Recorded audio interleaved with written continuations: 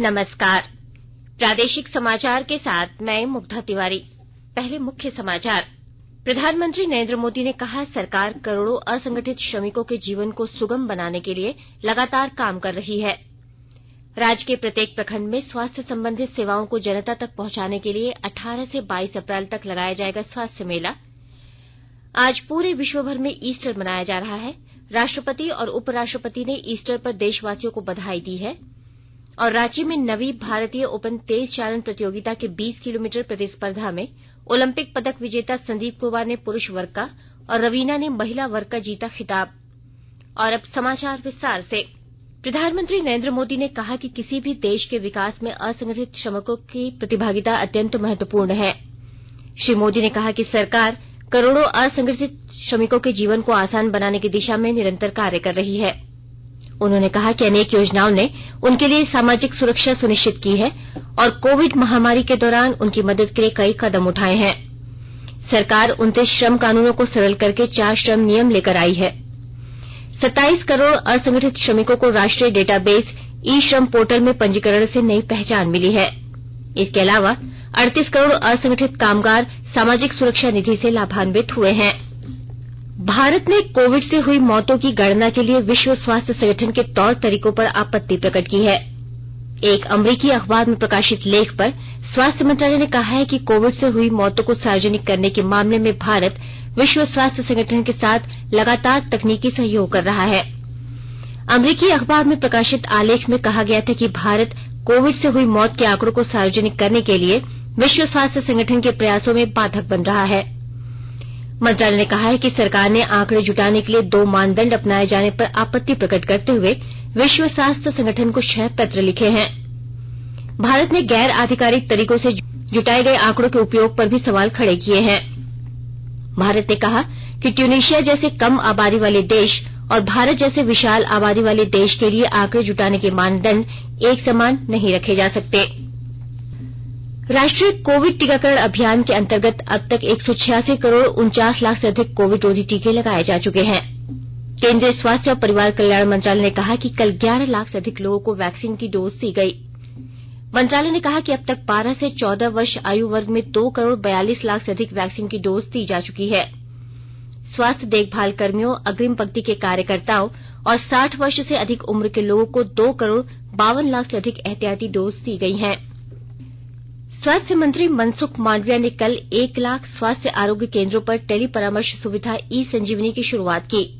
आयुष्मान भारत स्वास्थ्य केंद्रों के 4 वर्ष पूरे होने के अवसर पर श्री मांडविया ने कहा कि स्वास्थ्य सेवा केंद्र आने वाले दिनों में स्वास्थ्य के क्षेत्र में बड़ी क्रांति लाएंगे। देश में इस समय ऐसे 1,17,000 से अधिक केंद्र काम कर रहे हैं। उन्होंने बताया कि ई संजीवनी सुविधा के माध्यम से आम आदमी देश के बड़े डॉक्टरों से सलाह ले सकेगा।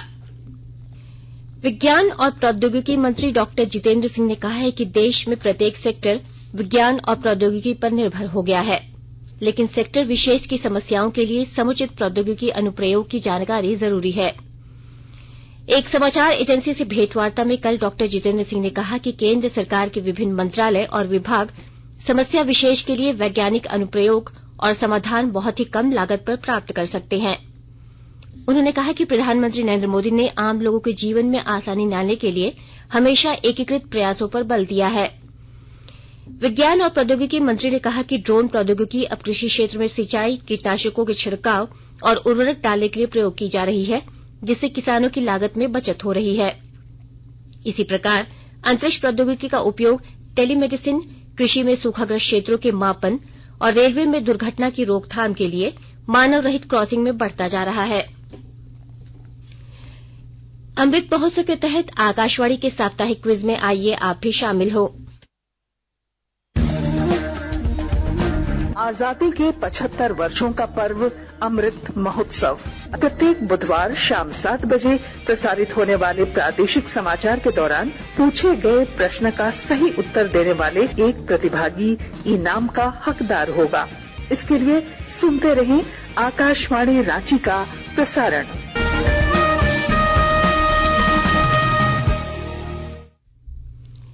स्वास्थ्य एवं परिवार कल्याण विभाग की ओर से चलाए जा रहे विभिन्न स्वास्थ्य संबंधित सेवाओं को जनता तक पहुंचाने के लिए 18 से 22 अप्रैल तक राज्य के प्रत्येक प्रखंड में एक दिन का स्वास्थ्य मेला लगाया जाएगा। स्वास्थ्य मेले में डिजिटल स्वास्थ्य आईडी का निर्माण, गैर संचारी रोगों की जांच, आयुष्मान कार्ड जारी करना, सभी प्रकार की स्वास्थ्य समस्याओं की जांच और योग और ध्यान जैसी गतिविधियां संचालित की जाएंगी। इसके अलावा स्वास्थ्य मेले में सामान्य चिकित्सा, बाल स्वास्थ्य, टीकाकरण, परिवार नियोजन, मोतियाबिंद जांच, दंत चिकित्सा जांच, त्वचा संबंधित जांच, धूम्रपान के सेवन से बुरे प्रभाव और कैंसर नियंत्रण जागरूकता कार्यक्रम आयोजित किए जाएंगे। आकाशवाणी के ताजातरीन समाचारों के लिए आप हमारी वेबसाइट newsonair.com पर लॉग ऑन कर सकते हैं। ताजा समाचार ट्विटर हैंडल @AIRNewsAlerts और Facebook page all India radio news पर भी उपलब्ध है। आप प्रादेशिक समाचार एकांश के ट्विटर हैंडल @AIRNews_Ranchi और फेसबुक, इंस्टाग्राम पेज तथा YouTube channel AIR news Ranchi पर भी हमारे बुलेटिन सुन सकते हैं। प्रादेशिक समाचार आप आकाशवाणी रांची से सुन रहे हैं और अब पेश है कोरोना से बचाव के कुछ संदेश। कोविड-19 से बचाव और सुरक्षित रहने के 3 उपाय। मास्क लगाएं, 2 गज दूरी है जरूरी, सुरक्षित दूरी रखें, हाथ और मुंह साफ रखें।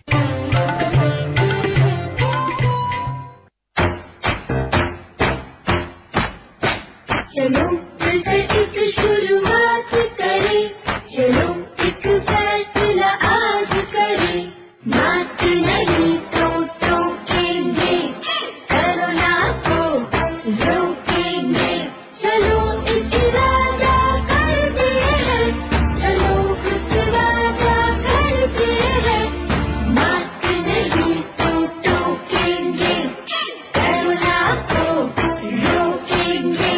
भारत सरकार द्वारा जनहित में जारी। प्रादेशिक समाचार में आपका एक बार फिर से स्वागत है। जामताड़ा जिले में त्रिस्तरीय पंचायत चुनाव को लेकर जिला प्रशासन के द्वारा सभी आवश्यक तैयारियां पूरी की जा रही हैं। विस्तृत ब्यौरे के साथ हमारे जामताड़ा संवाददाता। जामताड़ा जिले में त्रिस्तरीय पंचायत चुनाव को लेकर जिला प्रशासन के द्वारा सभी आवश्यक तैयारियां पूरी की जा रही है। उपायुक्त सह जिला निर्वाचन पदाधिकारी फैज अक अहमद मुमताज ने बताया कि जामताड़ा जिले में द्वितीय चरण में 19 मई को जिले के नारायणपुर, करमाटार एवं फतेहपुर प्रखंडों के कुल 738 मतदान केंद्रों पर 2,60,372 मतदाता, जबकि चौथे चरण में 27 मई को जामताड़ा, नाला एवं कुंडहित प्रखंडों के 711 केंद्रों पर 2,60,857 मतदाता अपने मताधिकार का प्रयोग कर सकेंगे। उन्होंने बताया कि त्रिस्तरीय पंचायत चुनाव में जिला परिषद सदस्य के 14, पंचायत समिति के 145, मुखिया के 118 एवं ग्राम पंचायत सदस्य के 1,449 पदों के लिए मतदान होना निर्धारित है। सुभाष प्रसाद सिंह, आकाशवाणी समाचार, जामताड़ा। आज पूरे विश्व में ईस्टर मनाया जा रहा है। यह दिन ईसा मसीह को सलीब पर चढ़ाए जाने और उनके पुनर्जीवित होने का प्रतीक है। इस अवसर पर गिरजाघरों में आधी रात को विशेष प्रार्थना की गई। देश विदेश के अलग अलग हिस्सों से ईस्टर के जश्न की खबरें मिल रही हैं और गिरजाघरों में विशेष आयोजन किए जा रहे हैं। राष्ट्रपति रामनाथ कोविंद और उपराष्ट्रपति एम वेंकैया नायडू ने ईस्टर पर देशवासियों को बधाई दी है। एक संदेश में श्री कोविंद ने कहा कि ईस्टर सभी लोगों को प्रेम, त्याग और क्षमा के मार्ग पर चलने के लिए प्रेरित करता है। उन्होंने लोगों से प्रभु यीशु के जीवन से शिक्षा प्राप्त करने और मानवता की भलाई के लिए मिलकर काम करने का आग्रह किया। राष्ट्रपति ने कामना की कि यह त्योहार लोगों में एकता की भावना को पुनः जागृत करेगा और देश के कल्याण और समृद्धि के लिए उनकी प्रतिबद्धता को और मजबूत करेगा। अपने संदेश में उपराष्ट्रपति ने कहा कि ईस्टर लोगों को याद दिलाता है कि प्रेम घृणा से अधिक श्रेयस्कर होता है और नैतिकता हमेशा बुराई पर विजय पाती है। उपराष्ट्रपति ने आशा व्यक्त की कि यह दिन सभी के जीवन में शांति और सद्भाव लाएगा। आकांक्षी जिला गोड्डा में मूलभूत सुविधाओं को लेकर अधिकारियों की एक बैठक हुई। विस्तृत ब्यौरे के साथ हमारे गोड्डा संवाददाता। केंद्र सरकार के गवर्नमेंट इलेक्ट्रॉनिक मार्केट एवं एसपीवी केंद्रीय प्रभारी प्रशांत कुमार सिंह ने आकांक्षी जिला गोड्डा में उपायुक्त भोर सिंह यादव सहित कई प्रशासनिक अधिकारियों के साथ बैठकें की। गोड्डा एक आकांक्षी जिला होने के कारण श्री सिंह ने जिले के कई मानकों के मुख्य विषयों की जानकारी ली और समीक्षा के बाद आवश्यक दिशा निर्देश दिया। उन्होंने गोड्डा जिले में नीति आयोग के अधिकारियों, स्वास्थ्य विभाग, शिक्षा विभाग, समाज कल्याण विभाग, आपूर्ति विभाग एवं कृषि विभाग के अधिकारियों से आकांक्षी जिले में मूलभूत सुविधाओं की विस्तार से जानकारी ली। प्रशांत कुमार सिंह ने गोड्डा स्वास्थ्य विभाग में डॉक्टरों की कमी को शीघ्र दूर करने के निर्देश दिए। स्वास्थ्य विभाग में गोड्डा सदर अस्पताल और अन्य प्रखंडों के स्वास्थ्य केंद्रों पर डॉक्टरों एवं स्वास्थ्य कर्मियों के पूरे समय तक रहने के निर्देश भी दिए गए। आकाशवाणी समाचार के लिए गोड्डा से मैं रंजन कुमार। झारखंड की राजधानी रांची में कल 9वीं भारतीय ओपन तेज चालन प्रतियोगिता के पहले दिन 20 किलोमीटर प्रतिस्पर्धा में ओलंपिक पदक विजेता संदीप कुमार ने पुरुष वर्ग का और रवीना ने महिला वर्ग का खिताब जीता है। हरियाणा के 35 वर्षीय संदीप ने 22 मिनट 5 सेकंड में पंजाब के अक्षदीप सिंह और महाराष्ट्र के परमजीत सिंह बिष्ट को पछाड़कर स्वर्ण जीता। वे इस वर्ष होने वाली विश्व एथलेटिक्स चैंपियनशिप के लिए पहले ही क्वालीफाई कर चुके हैं। कल की जीत के साथ उन्होंने आगामी राष्ट्रमंडल खेलों के लिए भारतीय एथलेटिक्स परिसंघ का क्वालीफाइंग अंक भी हासिल कर लिया है। 24 वर्षीय रवीना ने टोक्यो ओलंपिक विजेता भावना जाट को 39 सेकंड से पीछे छोड़ते हुए महिला वर्ग का खिताब जीता। इसी प्रतिस्पर्धा में सोनल सुखवाल ने कांस्य जीता है। इस जीत के साथ ही रवीना और सोनल दोनों ने एशियाई खेलों के लिए क्वालीफाई कर लिया है। टोक्यो ओलंपिक पदक विजेता प्रियंका गोस्वामी अत्यधिक थकान के कारण दौड़ पूरी नहीं कर सकी। प्रतियोगिता में आज सीनियर पुरुष और महिला वर्ग में 35 किलोमीटर की रेस होगी। आईपीएल में आज दोपहर 3:30 बजे सनराइजर्स हैदराबाद का मुकाबला पंजाब किंग्स से और शाम 7:30 बजे गुजरात टाइटंस का चेन्नई सुपर किंग्स से होगा। कल रात रॉयल चैलेंजर्स बैंगलोर ने दिल्ली कैपिटल्स को 16 रन से हरा दिया। जवाब में दिल्ली की टीम 20 ओवर में 7 विकेट पर 173 रन ही बना सकी।